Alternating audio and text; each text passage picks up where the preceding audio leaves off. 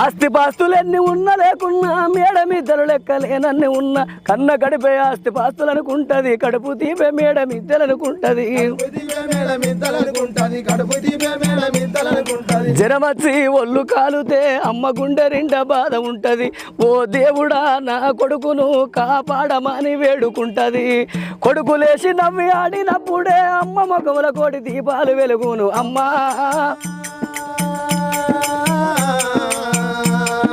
కమ్మనైనా అమ్మ పాట వింటే ఎంత మధురమో మనసుకు కాదు పర్వతరము